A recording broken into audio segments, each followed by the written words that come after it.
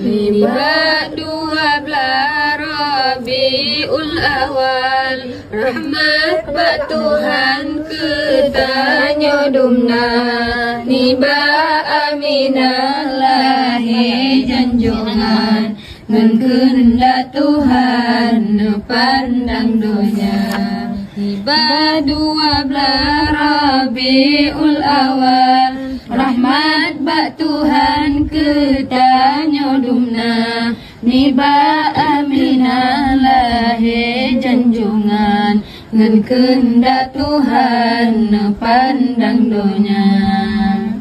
Bawa tedonya lam sepot sekam, udep dum umat lam haro-hara, hukum lam nangro puncahan mepat, kaum yang bangsat jahiliyah nama, udep sengsara timungan barat, cukup han mehat cid kaum hawa, merasa hina jatuh martabat, le urang Arab getanam sigra. Niba 12 Rabiul Awal, rahmat ba Tuhan ketanya dumna, niba aminah lahi janjungan, ngan kehendak Tuhan pandang dunia.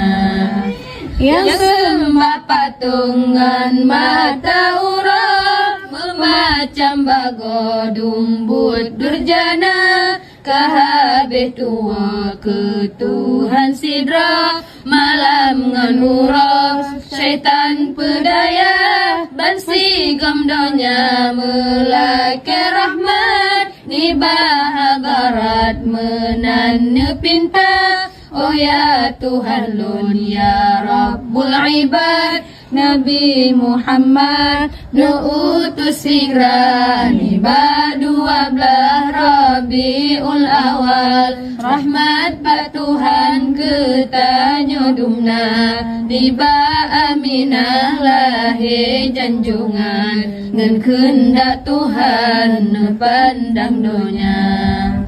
Kanibatan fil yakni tun gajah, dalam sejarah para ulama, wate Abraha nehanco Ka'bah, pasukan gajah ngan bala tentera, tairan ababil nyan tentera Allah, dalam sejarah ba alam tara, hanco Abraha serta gajah, kuasa Allah handro ditekan. Niba 12 Rabiul Awal, rahmat ba Tuhan ketanya dumna, niba aminah lahi janjungan, ngan kehendak Tuhan pandang dunia.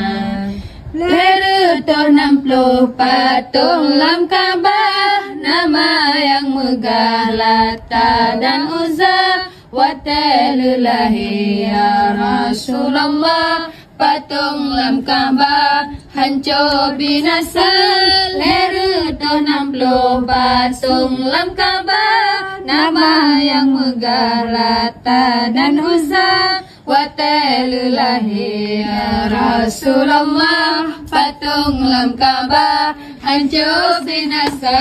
Niba 12 Rabiul Awal, rahmat ba Tuhan ketanya dumna, niba aminah lahi janjungan, ngan kehendak Tuhan pandang dunia.